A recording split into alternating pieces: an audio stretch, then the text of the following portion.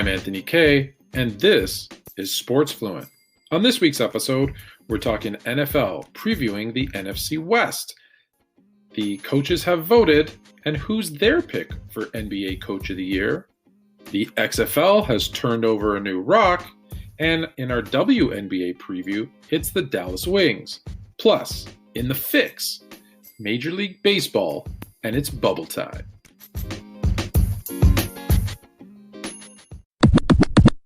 We're kicking things off with the NFL. I put out a challenge to you, the listeners, and you voted for the NFC West to be the first division that we preview in this year's NFL preview series. So, of course, you asked for it, you got it. So we're starting it with the Arizona Cardinals. The Cardinals are my team, and we're kicking things right off with a bang to win this division. Yes, it's a bold prediction to start off the show.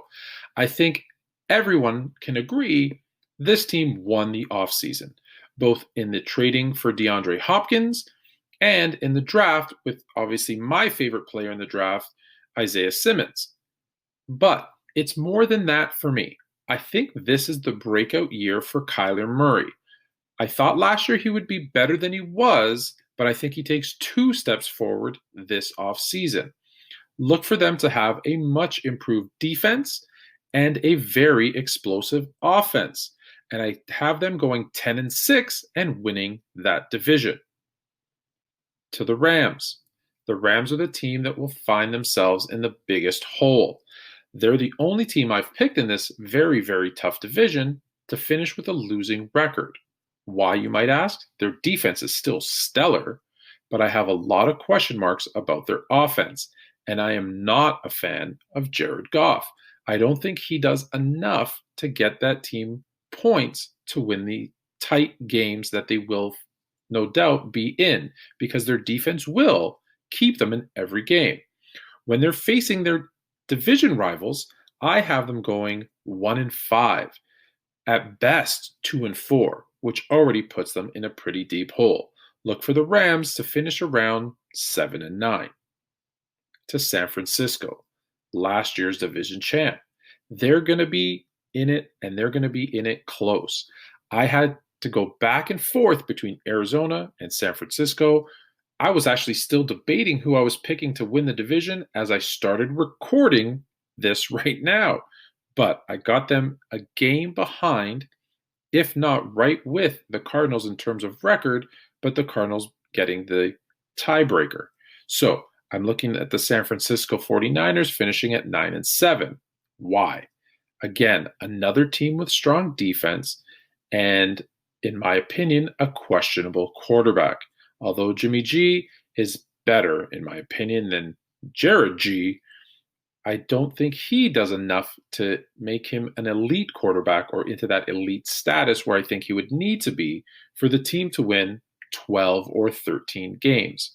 Again, they're also in a very, very tough division, and they're not going to win more than maybe 4 division games. 4-2, let's call it. Lastly, the Seattle Seahawks. I always struggle with the Seahawks, especially considering Russell Wilson, since joining them, has only missed the playoffs once. However, their defense is going to be a surprise this year for those that don't think they're going to be great, with what I'm calling the Legion of Boom 2.0. But the offense, again, runs and relies way too heavily on Russell Wilson. That being said, I still think this is a team that can finish 8-8 or 9-7. They're going to have a chance, if they can get to that 9-7 mark, to get the third wild card spot. But I think they'd fall just short at 8-8. So to recap, I have the Arizona Cardinals with a much improved explosive offense and a better, not great, but better defense, finishing 10-6 behind Kyler Murray's season, where he's going to breakout season. Obviously, DeAndre Hopkins is going to be a huge asset for him there, alongside with the forever young Larry Fitzgerald. I have the Rams finishing with a losing record and out of the playoffs. based on Jared Goff's inability to score or to lead that offense to score enough points.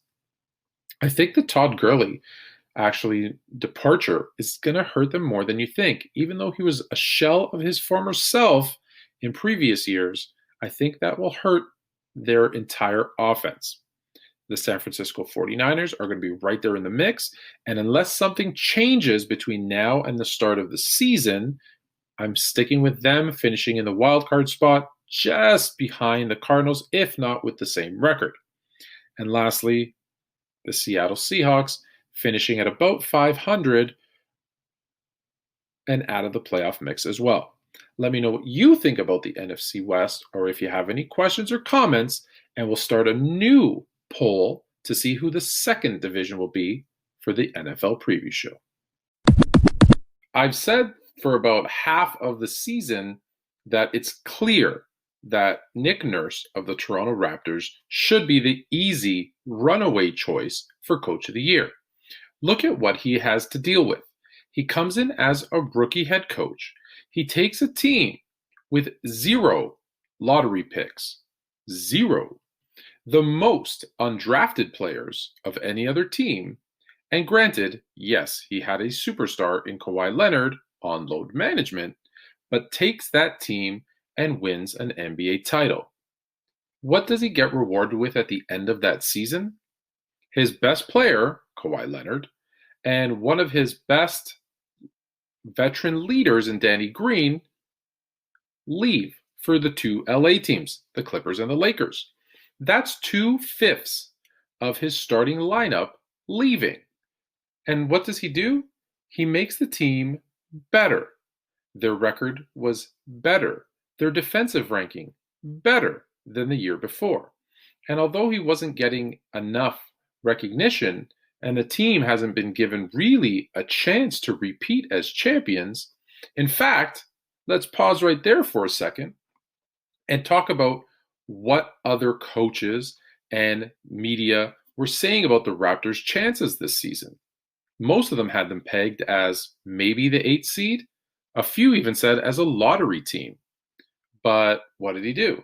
He put them right into 2nd overall in the East, the 3rd best record in the NBA, and 2-3 games into the bubble, they're looking like the team to beat in the NBA championship. But his coaches didn't vote him as the top choice for Coach of the Year. Let's be clear, guys. This isn't the media's pick for Coach of the Year, because I've been hearing a lot of people complaining. How did Nick Nurse not win? How is that possible? He's clearly the best coach in the league. This is just voted by the coaches. And let's be clear, there's probably some sour grapes. He's a second-year coach. They've been stealing his defensive schemes. If you've watched the NBA this season, in bits and pieces, his zone defenses that he still has more to come, he says, coming in the playoffs. And it's tough to vote for that guy. When you vote for the Bucks head coach, Mike Budenholzer, really, he's got the best or second best player in the league. How hard is it to win when you have the MVP of the league? It's probably not that difficult. Well, maybe it is, I don't know. But it's not a great, phenomenal coaching job. It's not like the MVP award. Heck, it's not even like All-Star selection where you take the best players from the best team with the best record. When it comes to Coach of the Year, yes, record plays into it. You can't have a losing record and be Coach of the Year. But clearly, you have to have done the unexpected. You would have had to outperform those expectations. The Bucks were pegged as the top team in the East. They had the best player in the league, if not the second best if you're a LeBron fan. They had, coming into it, the best record from the year before, and returning all but maybe one starter. They were in a prime position as favorites to make it to the NBA final and one of the top 2 choices to win the NBA finals this year. So what did he really do? He did what he was supposed to do. He got them into first place. And will he get them into the finals? I don't know. That remains to be seen. But as a regular season award, he did what he was supposed to do. Let's flip to Billy Donovan. The OKC Thunder are exceeding expectations. He's in that conversation 100%. He took a team and exceeded what people thought they were going to do. After they made those trades, after they got rid of Russell Westbrook, they thought they were done. But let's be clear here, guys. They still have talent on that roster. They still have Chris Paul. He is a superstar player. He might not be elite. He's obviously seen better days. I'm not calling him old. However, he's still a great player. And their record up against the Raptors' record isn't as good. So you have two coaches in Donovan and Nurse who both had pretty low expectations. One who had lost their superstar player, and the other, actually both, I guess, have lost their superstar player. But the expectations, I think, for the Raptors were lower. Let's call it even. Okay, I can see if the voting was close between Donovan and Nurse, but to have Nurse out of in third, I think just shows you some of the coaches. Again, I'm going back to this, some sour grapes. So let's see if the media can get this right. And when it comes time to vote for the coach of the year, they make the right decision and award it to Nick Nurse. Now to the XFL. Yes, the XFL, not the NFL. I know I don't talk about them very much because they're 0-2. They've tried to be a competitor to the NFL twice now.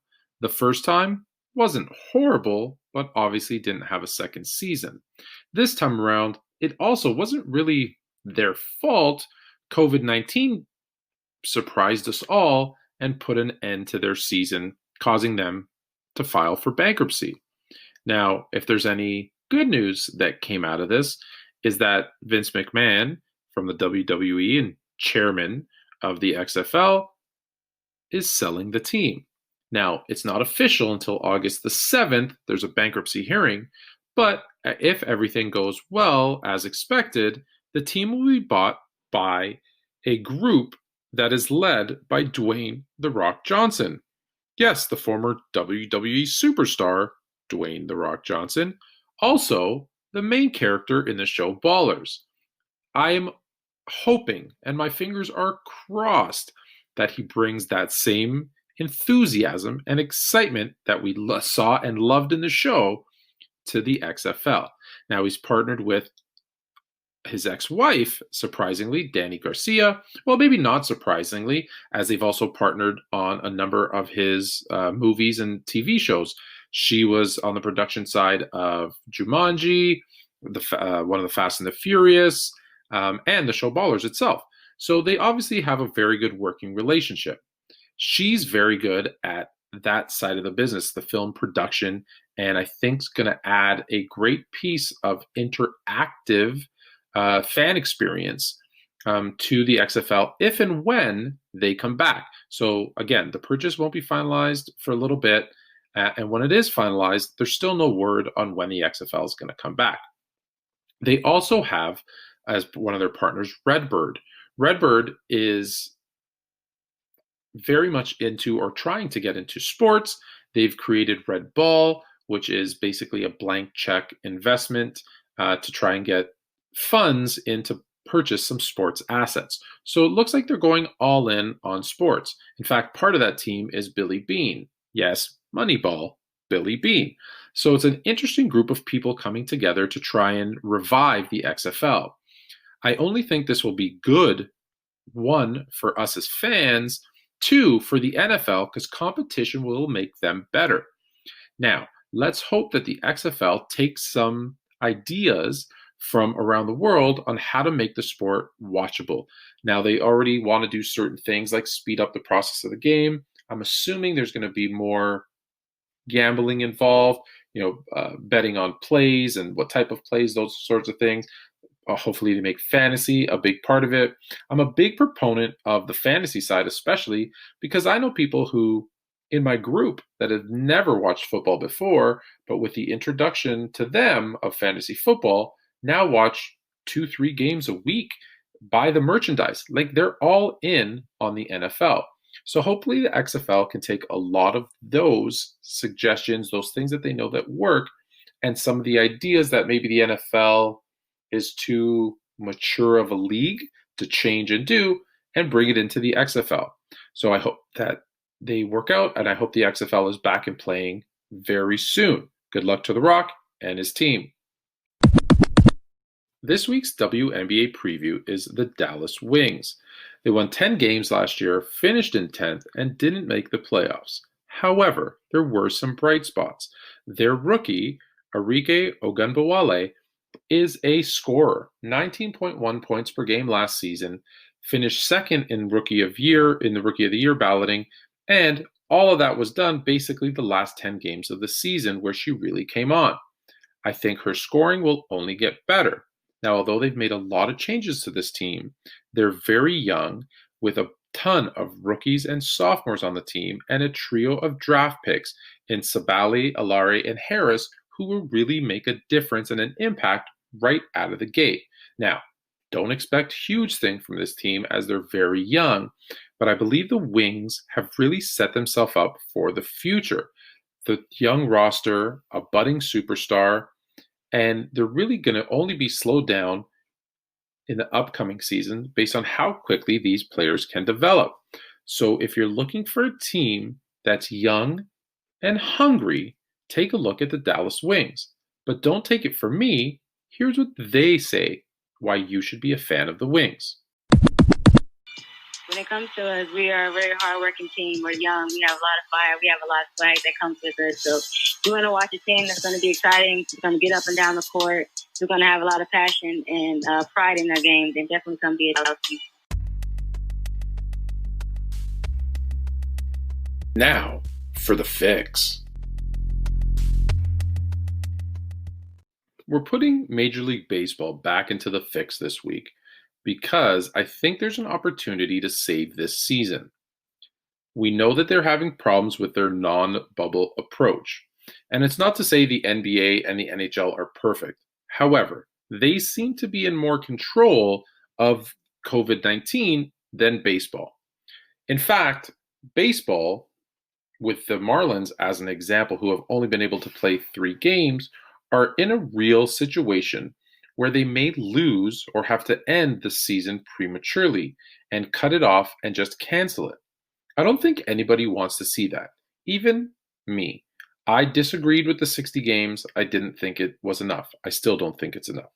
I disagreed with expanding the playoffs. It's too many teams that are going to get rewarded for not doing much.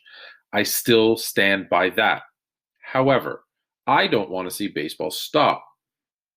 I want them to, since they've started it, I need them to finish. So here's what they can do in a short period of time to get baseball to be able to finish and go through their playoffs as constructed. Now, one, I'd have to say, I'm going to reiterate this though, they need to go back and reduce the amount of playoff teams. But let's say they don't. Let's say they keep everything the same for now. What they need to do is create bubble cities, much like the NHL did, where they have 2, one for the Eastern and Western Conference in Toronto and Edmonton. Now, they're going to go late into November, maybe even December. However, you pick stadiums in warm weather climates or that have domes. My suggestion would either be to do this. Take 2 American League ballparks and 2 National League ballparks. My original plan was actually to have 1 per division. So 1 for the AL East, 1 for the AL West, et cetera, et cetera. And you might be able to do that for the regular season and then break it down to the 2 American and National League parks for the playoffs. I still would say that's probably the ideal situation. You take the players out, you get them tested, quarantined for 7 to 10 days if you can. Timing's going to be tight, and get them all in to this new bubble, get them to play. Now, I know the players' union in baseball is strong, but they're going to need to give in on this one if they expect their players to be safe and to finish out the season. I don't know if they're going to do it, but that's my suggestion to fix and save this year's MLB season.